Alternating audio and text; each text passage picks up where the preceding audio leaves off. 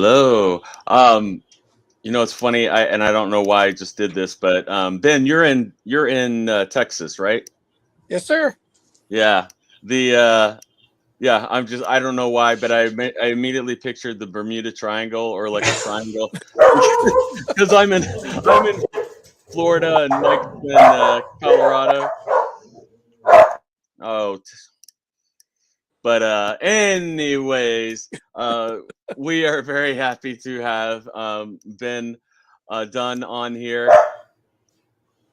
Shush. And yeah, so Did you hear Mike, that, Ben? yeah, Good.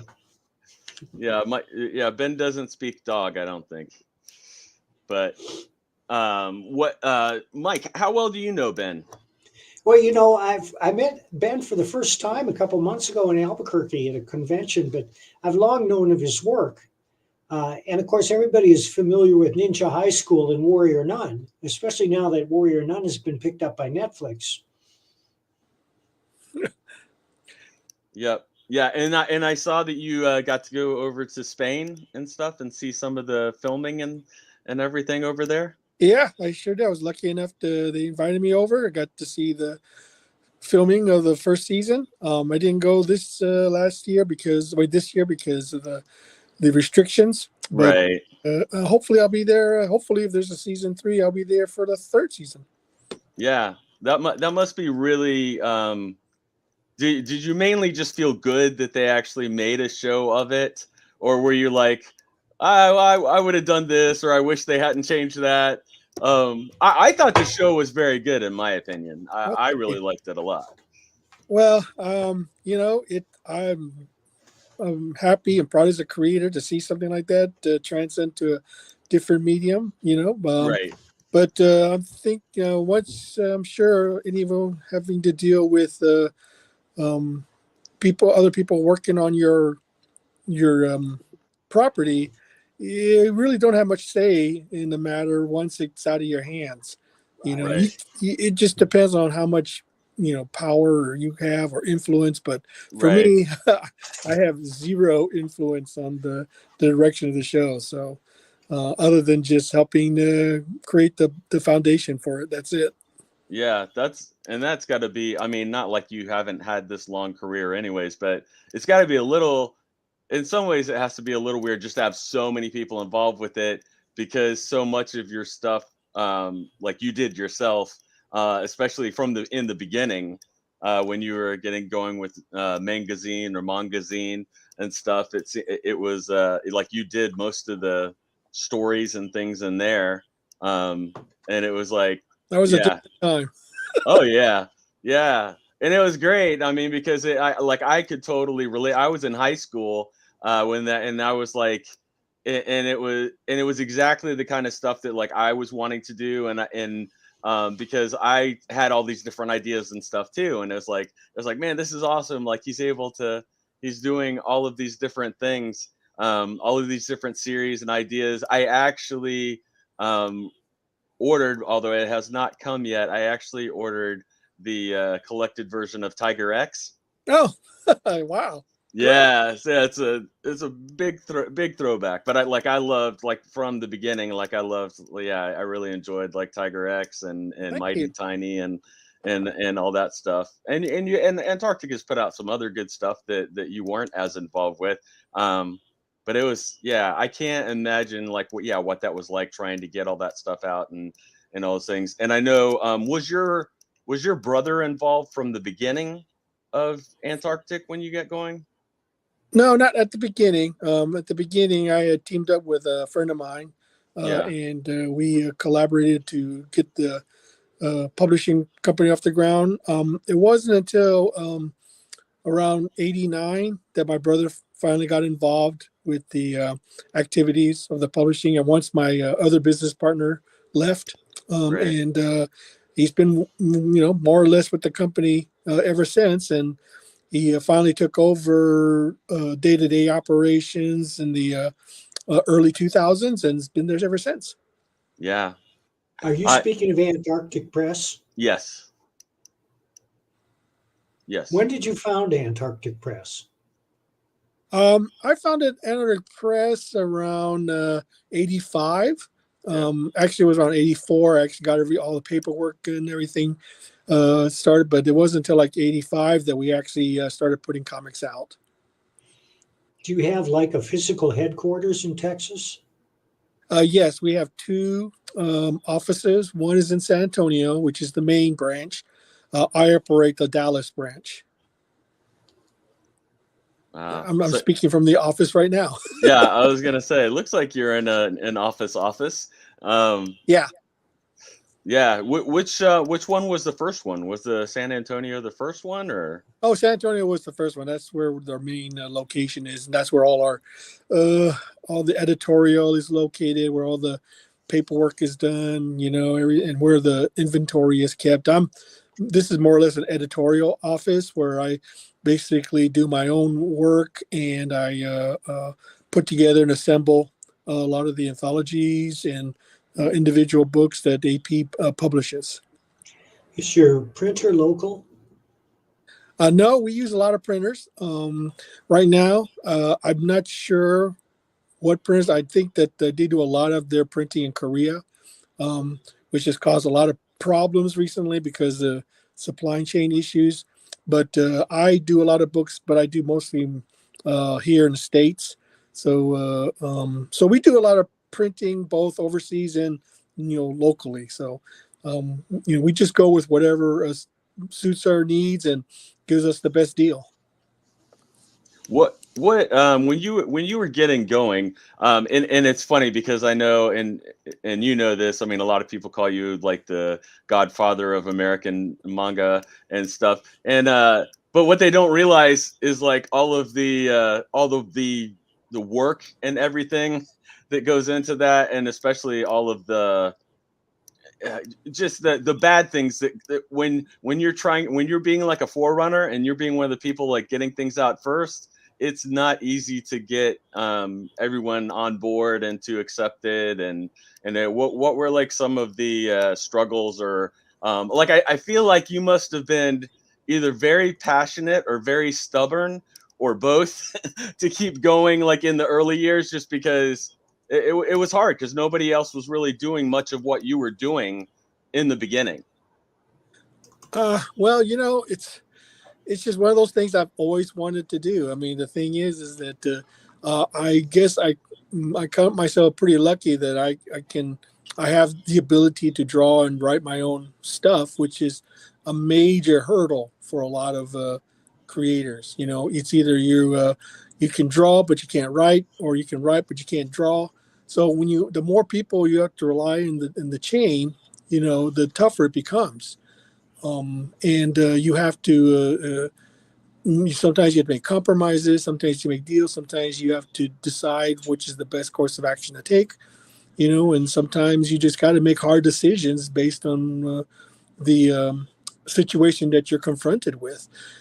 Fortunately for me, for the most part, is that I'll be honest, being in business for so long, we probably encountered practically every major problem a publisher could ever encounter, and the fact of the matter is that the market is changing, people's tastes are changing, and you just have to adapt. You have to be able to move quickly in order to maintain your business. Who's your distributor? Well, right now, Diamond, as you probably know, is our main distributor. I'm not really privy to a lot of the day-to-day operations at Antarctic Press. I know that they've are trying to get other distributors like Penguin Press and some of the others, but Diamond's our main thing. Of course, we've been doing a lot of stuff with crowdfunding, and we've been doing a lot of direct-to-consumer sales as well. So we are trying to expand and trying to find other ways to get our products out there, but it's getting tough. It really is. Have you guys looked at doing webtoons? Or I've done webtoons like myself. Yeah. I'm not sure if Antarctic Press has actually done any webtoons. As far as I know, they haven't. But I've actually been posting a lot of stuff, my own stuff, on the webtoons, because I mean, hey, doesn't cost anything to post, and the Right. potential return is great. Yeah. Yeah. It's a great sample. Has the success of Warrior Nun been reflected in your comic book sales and in that title in particular? Well, you would think so, but not really. The thing about it is that I actually sold the rights to Warrior Nun many years ago, so I have really no say in the matter as far as creating any new material is concerned. Right now, Avatar Press holds the comic book rights to the character, so the only thing I can pony back on is the fact that I created the character, and that's about it. So, and plus I get trips to Spain to watch the filming. So that's really the big benefit I get from it. Other than that, really, I don't get much of anything else. Yeah, well, Spain being a Catholic country, what is the reception over there to filming Warrior Nun? I have no idea. My impression is that, to them, I'm sure it's just like, oh yeah, they're filming over here. It gives us some income for the local economy. Mm-hmm. I'm not sure what the reception has been over there. My impression is that it's been very positive because the company that does a lot of the stuff for Warrior Nun is located in Spain. The production company is there, the special effects company is there.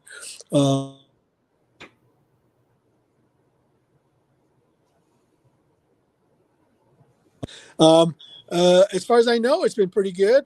They're, like I said, they're doing season 2, so that's always a good sign when Netflix greenlights a season 2, because recently they've been canceling a lot of shows.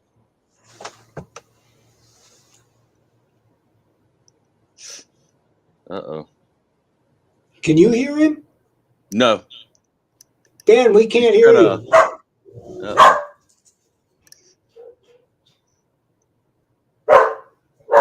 Nope. I can hear Freddie. Yeah. Ben. What the hell? It's the cybernet. He's gonna probably, he's gonna log back in. Oh, I heard him there for a second. Can you hear me? Yep. Yes. Okay. Sorry about that. Now we can't see you. That's okay. Oh, you can't see me. Okay, hold on. You can have one or the other. I don't have no idea what's going on. Hold on. I'm telling you, it's cybernet. Can you see me now? Yeah. Yeah. Okay, good. So okay. when did you come up with the name, or why did you come up with the name Antarctic Press? Well, the funny thing is originally we were going to call it Penguin Press, but we found out there was already a Penguin Press. So we decided, you know what, where do penguins live? They live in the Antarctic. So that was probably I know it's strange, but that's what we came up with. So we liked it, so we kept it. Yeah, no, I thought it was great because it's fun, and most people know that you guys were in Texas, so it was definitely a kind of a fun name. It definitely went along. It definitely goes along with your more fun stuff like Ninja High School and things like that. Yeah, thank you. Yeah. Did I know and I have some friends who are like huge Ninja High School fans.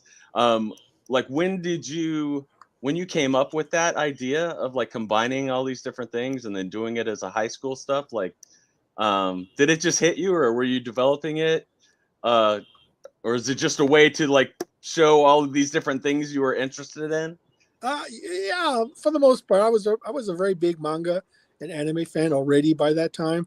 I mean, I was huge. I was part of the Cartoon Fantasy organization. I had seen manga when I went overseas to Asia and to Taiwan, and was exposed to it.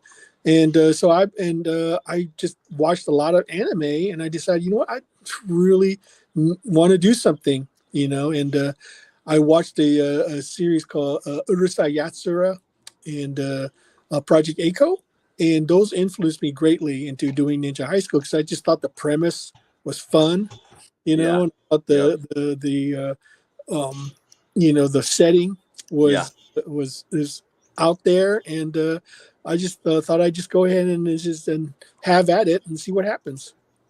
Yeah, no, I think the setting and everything was perfect, especially for the kinds of things that you were doing and wanting to do, and just doing. Even though, like, I enjoyed some of the more serious things you did, like Tiger X and stuff, it just seemed like you had so much fun doing Ninja High School that it was like contagious. Like I just, yeah, I could just see like so many people just really getting into it and enjoying it. And it seemed, and it's one of those too, even though I am kind of like a big, I really enjoy serialized stuff, but it's definitely for the most part seemed like a book that anybody could pick up any issue and kind of have fun with. It wasn't like you had this huge learning curve or whatever to Yep. to get into it. Absolutely. I just thought it was just the setting. I didn't want it to limit the setting. I wanted to be able to do whatever, I wanted to do, and then Yeah. if I wanted to do like a fantasy story, I could do it. If I wanted to do a superhero story, I could do it, and it seemed to fit.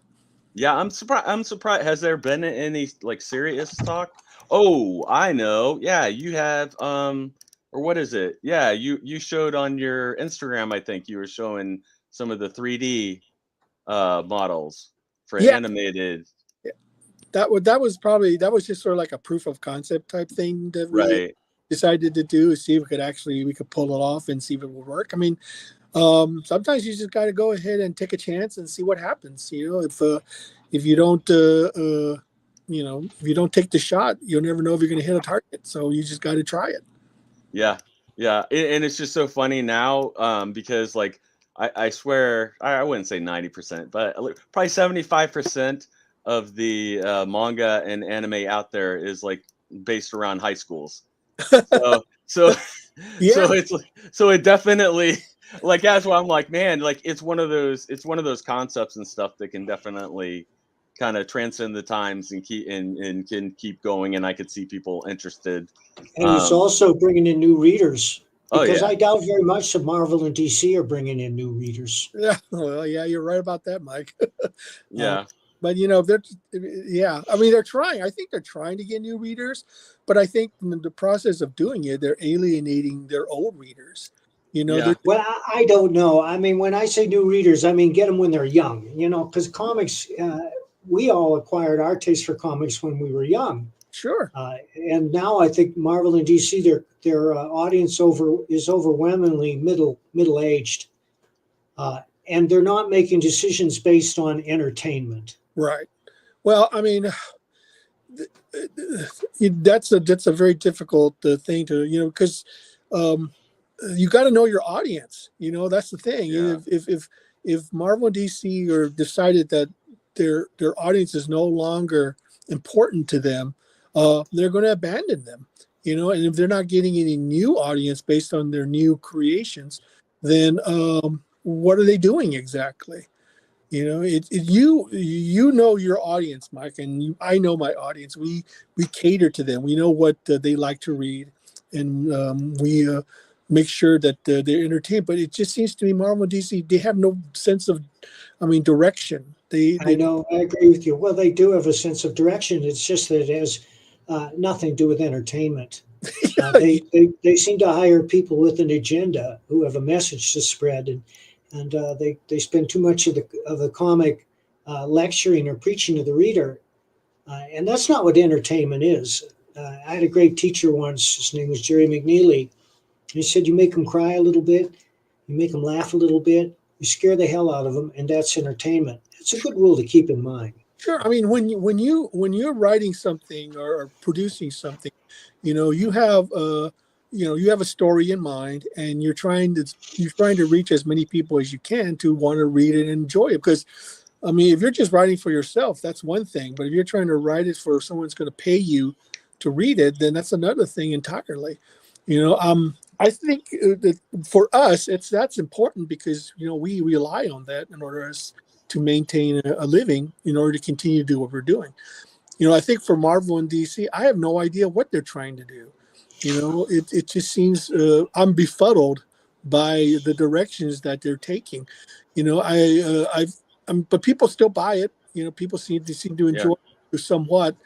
And they're still the big dogs on campus. But it is interesting to note that manga has overtaken comic book audience.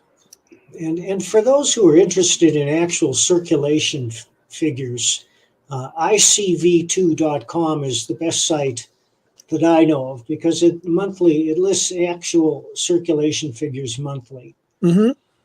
Yeah, I mean, exactly. Yeah. I mean, for a percentage of the population, we almost everybody in this country can read, and for the most part, well, there's 300 million people in the United States. I mean, the best selling comic book sells 100,000 copies. I mean, that's good. I know. That's considered good, and that's just a tiny fraction. I know. You're right. The population. That's right. It just doesn't make any sense to me. What is it that? I mean, it could be that we have a lot of choices because you have the internet, you have video games, But if you want to get people to read comics, you got to give us a reason to read comics. That's absolutely right. And Sturgeon's law is 90% of everything is crap, and certainly that applies to comics. But you just mentioned something that generally goes unspoken in why comic readership is falling, and that's the success of video games. Because the fact of the matter is that a good video game gives you more entertainment per dollar than most comics. And also, I think that we have a generation of kids who are raised on electronic entertainment, and there's a lot more immediate gratification in a video game, which doesn't necessarily spin a narrative, but gets you involved in an adventure like a sporting event that you're working at right now. So you get scores, and you try to run that score up. It's a different appeal. It probably appeals to different parts of the brain. Well, I mean, I will agree with you somewhat on that. Video games, though, are very male-centric. I'm not sure how many females actually play video games. But if you think about it, there is still a demand for good entertainment that people want to read. I mean, manga is a good example of that. Harry Potter is another example of that. I mean, people were buying her books and reading them. So if you put out something that people want to read, okay, they will read it. Right. I honestly believe that. If they don't, if you're putting out something that they don't want to read, no one's going to buy it. That's right. DC is a perfect example of that, is that they're not putting out material that people want to read. They're only doing it. It seems to me all they're trying to do is create buzz, and get media attention. And it's the wrong kind of buzz, too. I mean, every time I see a story about it, it's, can you believe this awful shit that DC is publishing? Well, I haven't read, I'll be honest with you, I haven't read a Marvel or DC comic in literally, years, and all I know is what I read as far as the next outrage that they're doing with their characters. I have. Last year I bought a Captain America and a Master of Kung Fu. Right. And neither contained any entertainment value. Well, but you have to ask yourself, the one thing I did wonder about is why are they doing this? What's the reason? I mean, they must realize that what they're doing is going to affect their readership and their sales, but they're still doing it anyway. So what is the reason for them to, why are they abandoning the classic characters in lieu of creating new ones? I mean, it'd be one thing if they created new characters, and they used to do that all the time. I mean, that. Right. Back in the day, they would be introducing new characters all the time, in the 80s and the 90s and stuff like that. And they would try them out and see what stuck and what didn't stick, But now all they're seen to be doing, to me, is the next gender, or race swap or whatever to a classic character. Yeah. And it didn't seem, but then I realized there was talk about them losing the rights to these characters. I always assumed they own the rights lock, stock, and barrel. Who's threatening them? What? Who would threaten DC, for example? Who has the power to take the rights of Superman away from them? No, nobody does, but except for the court of public opinion. People would they say, okay, you're trying to deny the creators, their due because they created the characters because you're a greedy corporation. I mean, that to them, image is everything, and if there's any chance of them going to lose, even the slightest chance of them losing the rights to the creator, they're in big trouble. Okay, they're in big trouble. So I mean, and I can see why they would want to change everything. He says, "Oh yeah, this is our wholly new separate character. Just happens to be called Superman." And so and that's I think that's their plan. They have to take. I mean, if they don't lose Superman, that's fine. But why take chances? They can just if the corporation, they just have to realize that there's something to be said about them possibly losing the rights to these characters. I mean, you just don't know. You don't know how courts are going to go. Sometimes they can rule in your favor, which is fine. But other times, and what happens if they rule against them? Then they lose it. They lose everything. So it's just, one of those, they're just hedging their bets for the most part. But then I think they could have done it, and they could have done it in a way that would have been acceptable for everyone. It just seems like they're just doing it for the sake of doing it, and they're not doing it very well. I wouldn't have an objection if Superman was gay, if they had a great story to go with it. They had a reason for it. It just seemed like it was arbitrary.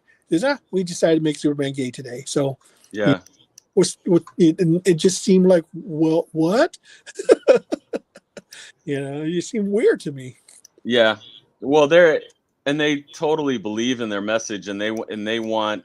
That's the thing. It's almost like propaganda. But the worst thing, especially from us who are writers, is the worst things is that they don't like have nuanced characters. Like the characters are either like people that they like or people that they hate. Like there's no in between. Like I know I was kind of excited when they did when Sam the Falcon did take over to be Captain America several years ago in the comics. I was excited, especially because I thought the suit was cool and everything. And so I picked up the comic, and then like everything in it, like anyone who was religious or conservative or like whatever, like they were not just like evil, like all of it had border patrol agents in it who like worship demons and stuff. And it's like, are you kidding? Like this is what you think? Like you can't have a variety of beliefs. You have to demonize the people that you disagree with, or like whatever the thing. And it's like, and that's what I mean. In a lot of ways, I say this in praise of you and Mike. Like you have very characters who have their own characteristics and stuff, and their own beliefs or worldviews, or their own stuff. And it's like that's one of the biggest crimes to me with a lot of the stuff with Marvel and DC is so many of the characters just act the same, or they have the same beliefs or whatever. Yep, and ideological rigidity, which is one of the things that's standing in the way of entertainment, because the writer's job, number one, is to entertain. And they have a whole bunch of writers who don't understand that at all, and either don't know how to entertain or put their agenda ahead of entertainment. I mentioned Captain America because that's one of the most egregious examples of putting ideology ahead of entertainment. They hired a man with no previous fiction-telling experience. His name is Ta-Nehisi Coates. And they hired him because he wrote a book about how he was an angry black man being mistreated in America. That was a decision made totally for political reasons. And it's astonishing to me that he's been on the book for 4 or 5 years now. And now there's talk that he's been hired to write a Superman movie script. And I predict it will never get made. Well, you bring up the Falcon, and in becoming Captain America, I mean, I'm not familiar with the story. I do know that it happened in that TV series they did, but I mean, to me, it befuddles me. Why would they abandon a perfectly good character named the Falcon, who's already established? He's already right. Why didn't they just say, let's make him a better character? Let's take the Falcon who's already established and make him. People want to be the Falcon, turning him into Captain America made no sense to me because he was already had an identity of his own, Yep. established as the Falcon, and it just like, now who's going to take over the Falcon?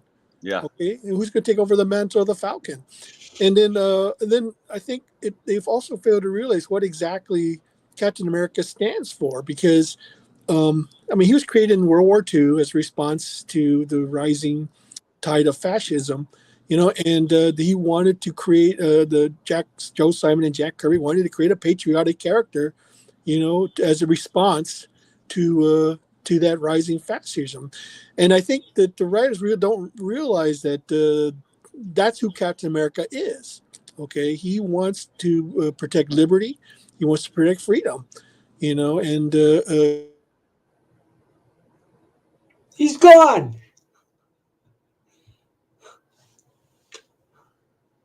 Ben.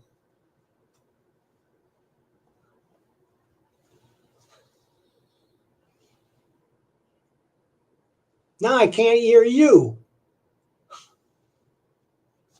No, I can't hear you. Okay. Oh, right. Yeah, I hit my mute by accident. While we're waiting for Ben to come online, this is a good time to mention that Gary Kissel and I are creating a new title called Private America, and it's everything that Captain America should be but isn't, and it will also incorporate many Punisher-like elements. It's a character that the readers are waiting for. Cool. So why private? A number of reasons. One is to pimp the hubris of naming your character Captain Anything, which I think is a trope that needs to be retired. And two, the protagonist is somebody who's dishonorably discharged from the armed forces for shooting a jihadist who was torturing a dog. And that establishes his theme right away. So he's both humble and dedicated to the United States, and also skilled. And when we first meet him, he's where Captain America would be if he were written correctly, which is on our southern border, trying to stop the deluge of illegal aliens. Yeah. Did you see that Texas is building their own border wall now? Yes. And, God help us, our liberty and prosperity depend entirely on the states now. Yeah. Well, I wonder if Ben's going to come back. Yeah. I wonder if his stuff might have been dying. But in any case, this will be one of our shorter broadcasts, if that's the case. But hey, what the hell, Jeff? You and I can always chat. What are you working on? Oh. How's Pistol Fist going? Pistol Fist ended, although I'm still thinking about doing an Indiegogo and stuff like that to raise a little bit more and do a little more stuff because I got more people interested in more stories and different things. So, and obviously that takes more money to be able to do that. And I have some people who've been sending me some really cool variant covers, and even though our Kickstarter's over, I was like, I might need to run something else. And then honestly, it would probably be with totally different covers for the stuff, which is fine. And there's people that and I know it's a holiday time, so it's tough for a lot of people. So there's a lot of people who would like to go back and be able to get some other things that they were interested in. I should mention that Thin Blue Line is in demand, and we're only a couple $100 away from 30 thou. Cool. And if we reach 30 thou, I will dye my hair green. That is my pledge to you. And even though that it's about the police, it's going to be the most entertaining comic anybody reads all year. There's no preaching. There's no lectures. It's just pure drama with flashes of humor, because even the grimmest story must have a little humor. Hey, there he is. How many hours, Mike, will you leave your hair green? Oh, probably just long enough to photograph. Mike. Sorry about that. That's okay. That's okay. We know it's hard down there in Texas. You're right. It sure is. So Ben, what are you working on now? Right now, I'm working on getting Ninja High School back on a monthly basis. It's one of those things I've been trying to do for a while, especially with the 35th anniversary coming up next year, and working on a crossover with a couple of creators with like Tim Lim. I'm doing a crossover with his Common America character, and I'm working on just editing for the most part. I'm putting together the 4 major anthology titles for Antarctic Press. And Oh, we sent you an 8-page horror story that was in color. Do you remember that?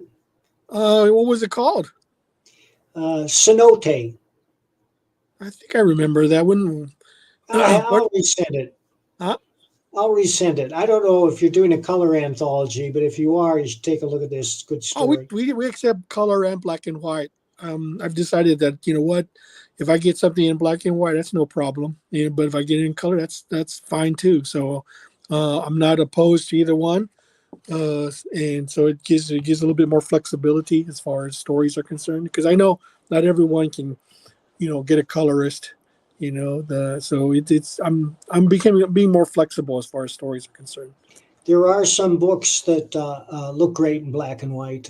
They're few and far between, but I mean, some of those the Batman black and whites were great.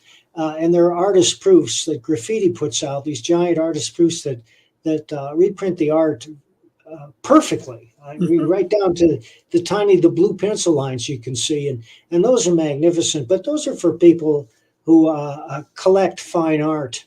We're working on one now. I'm doing a Western with Pat Broderick, and it's the best work of his career. And everybody who's seen the black and white pages has been knocked out. And we're probably going to offer a black and white oversized variant on that. Yes, I mean it's I've seen some of the pages; they're amazing.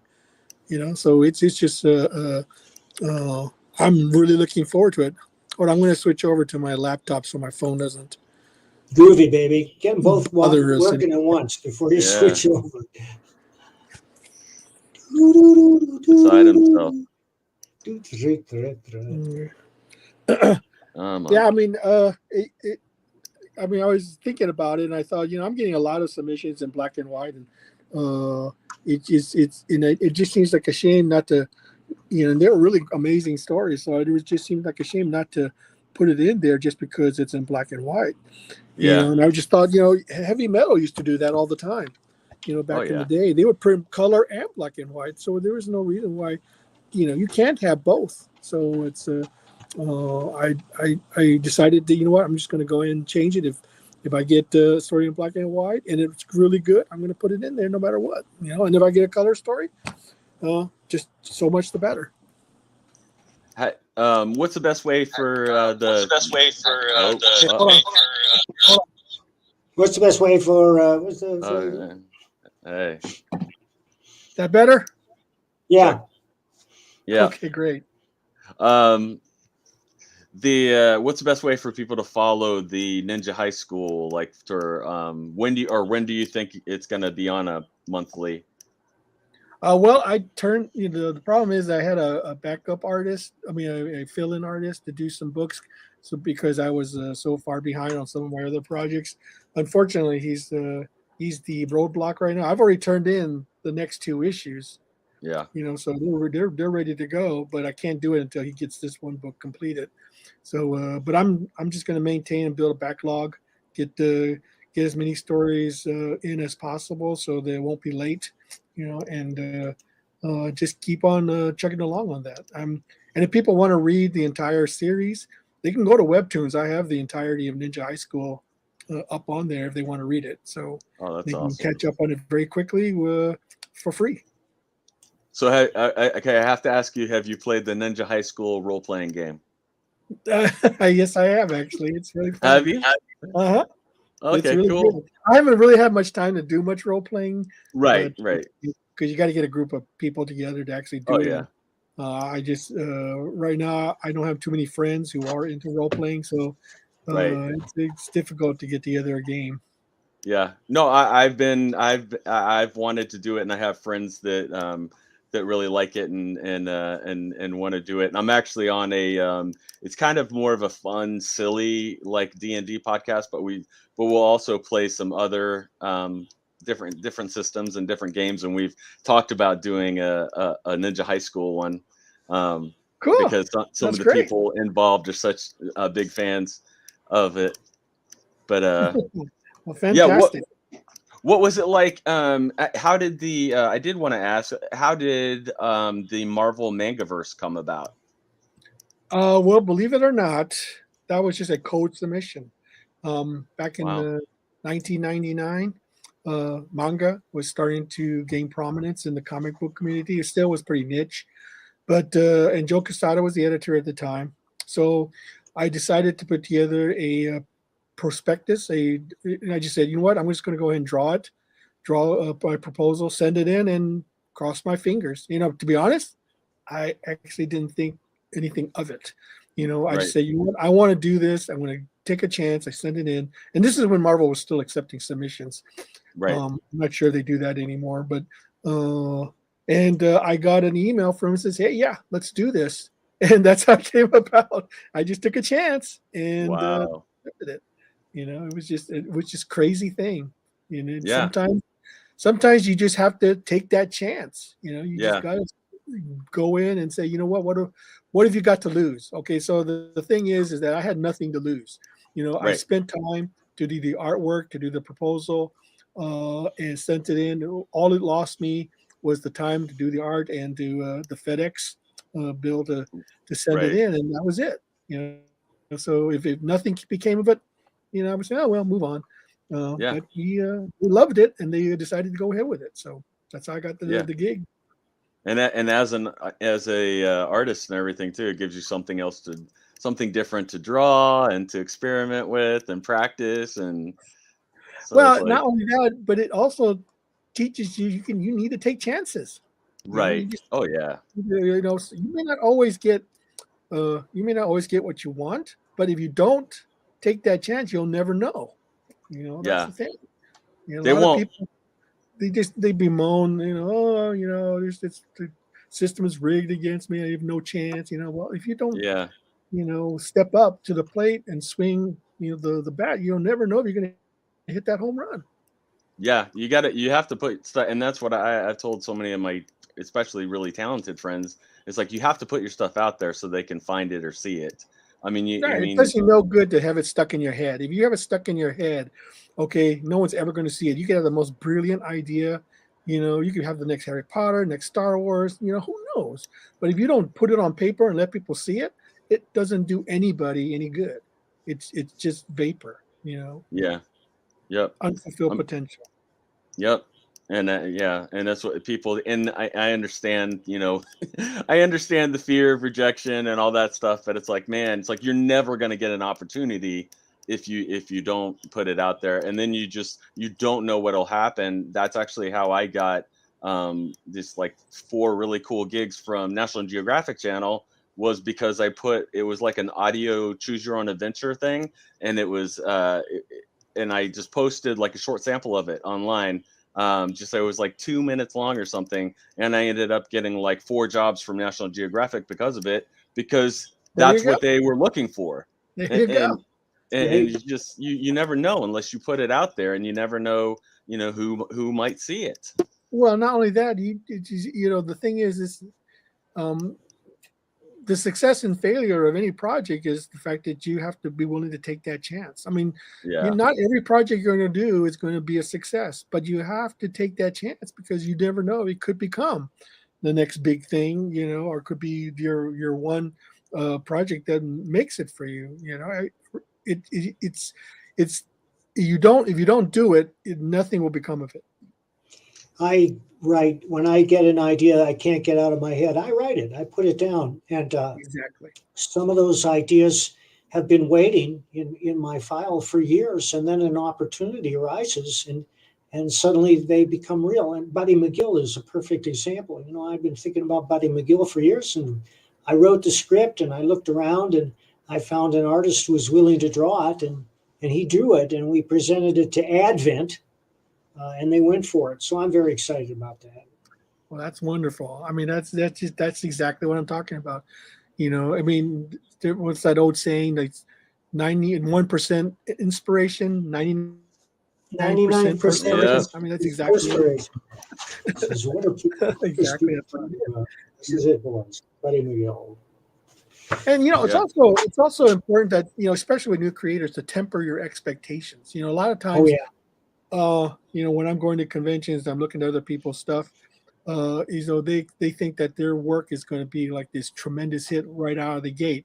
You know, and Yeah. that's possible. There's no, I mean, it's, you know, a lot of things can happen, but You never know. when you're dealing, what it comes down to, when you're dealing with other people's money, okay, they're a little bit more hesitant to take chances on things that haven't been established. You know, and that's the thing about it, is that as a public, from the publisher aspect, you know, we're the ones who are putting up the money. Okay, and you're putting up the time. Okay, so we have to balance out, you know, what your time is and what we're willing to spend on your project.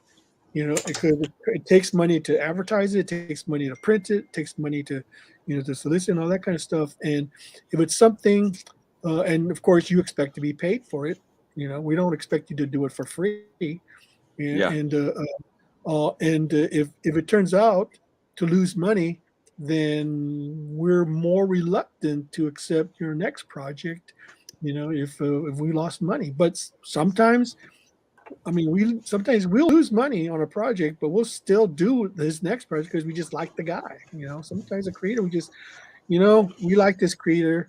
You know, he's always been on time. He's always done really good work, and maybe his work just hasn't caught on yet.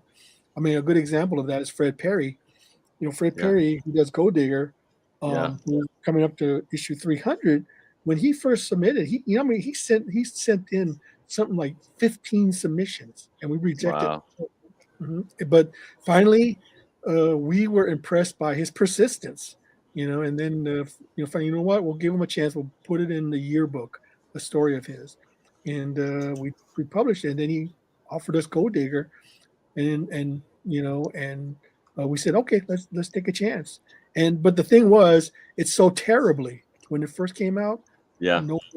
nobody gave a rat's rear behind on it. Yeah. And Yeah. but he kept doing it, and we kept publishing it, you know, until finally he was able to get a fan base. And now, you know, he's got a really loyal and dedicated fan following because he kept it up, you know, despite the initial um, uh, the initial low sales at the beginning. You know, sometimes if you just stick with something, eventually, if it's good, people will eventually discover it.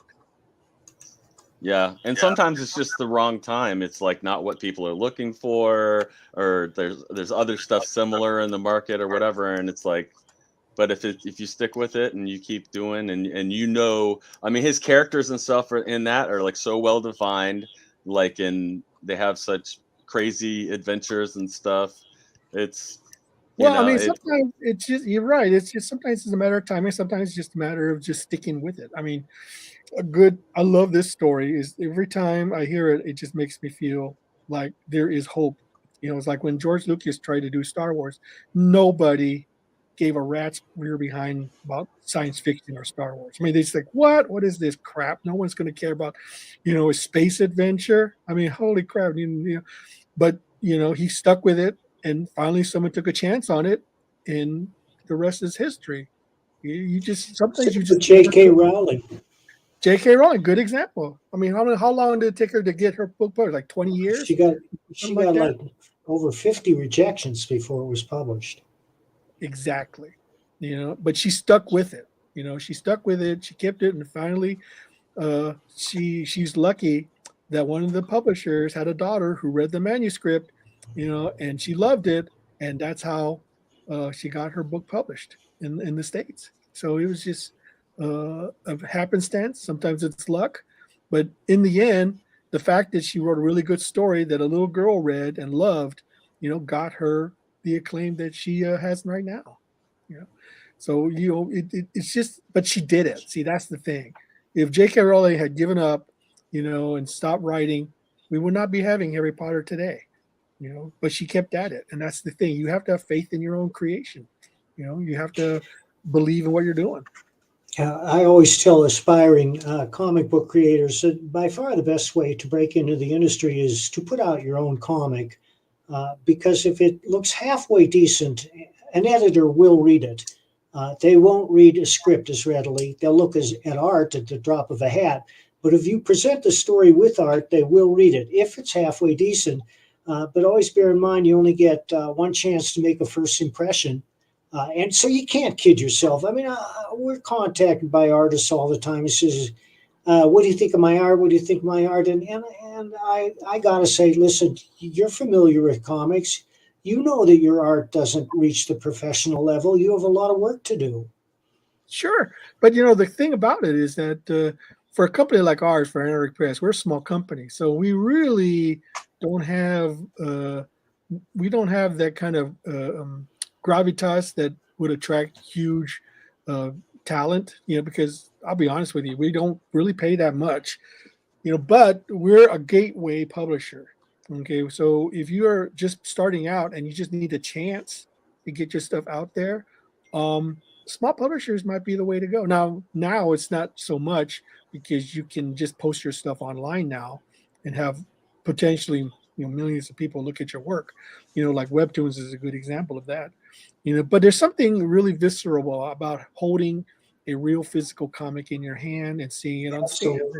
It's hard to duplicate that, even in digital form, you know, and it's just not the same. You know, it's not the same to see your stuff online as it is to see it in print on real paper, you know, being held by somebody. You mentioned that you're doing some crowdfunding. Yes. For Antarctic titles. Mm-hmm. What campaigns Yeah, go ahead. What campaigns do you have going on right now? Well, AP doesn't have any real campaigns going on. They do a lot of Gold Digger campaigns to get the original black and white series colored. So that's what they're doing right now for the most part. They are trying to branch out into more original concepts right now. I think they're doing a collection of the Motofumi's Cat Shit 1 manga into a hardback edition.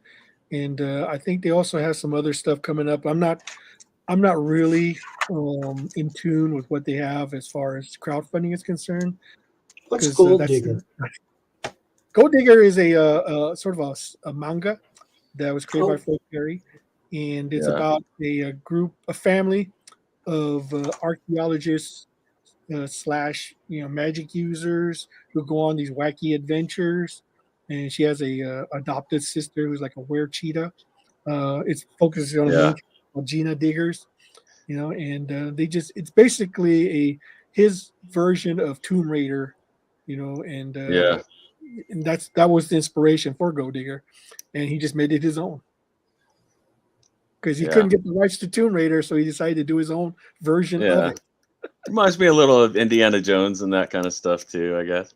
Yeah, I mean, he was a big fan of Indiana Jones, so that was the inspiration for him to do it. But he made it his own. You know, he took the initial concept of what he loved and made it his own. And sometimes a lot of things happen that way.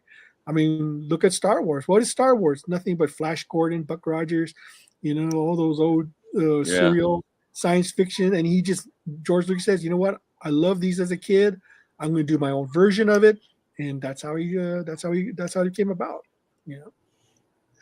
Okay, Ben, have you seen Cells at Work? The what? Anime or the manga? The manga or the anime Cells at Work? No, I have not.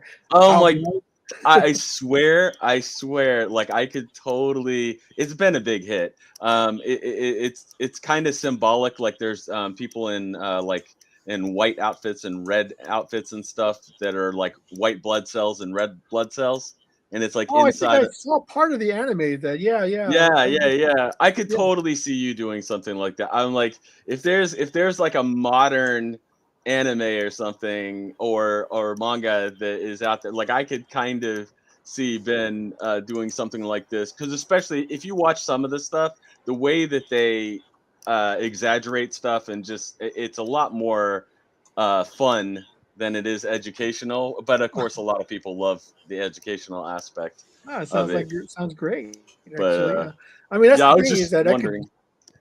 I could do. I mean, the beauty of Ninja High School is that we used to parody anime and manga all the Right. time. We Yeah. just made our own. So it would not be unusual for us to take the concept and decide to do our own version of it. And see what happens.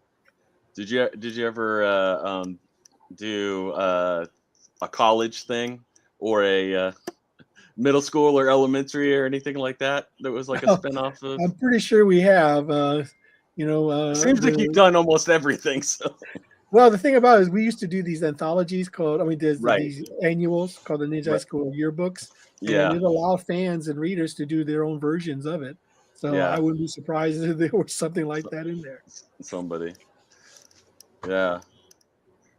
Well, very cool. I guess we can let you go. What is there a best way or that you would like people to follow you online where you Sure. communicate more? Or I'm on DeviantArt under Dog Supreme. I post a lot of my artwork there.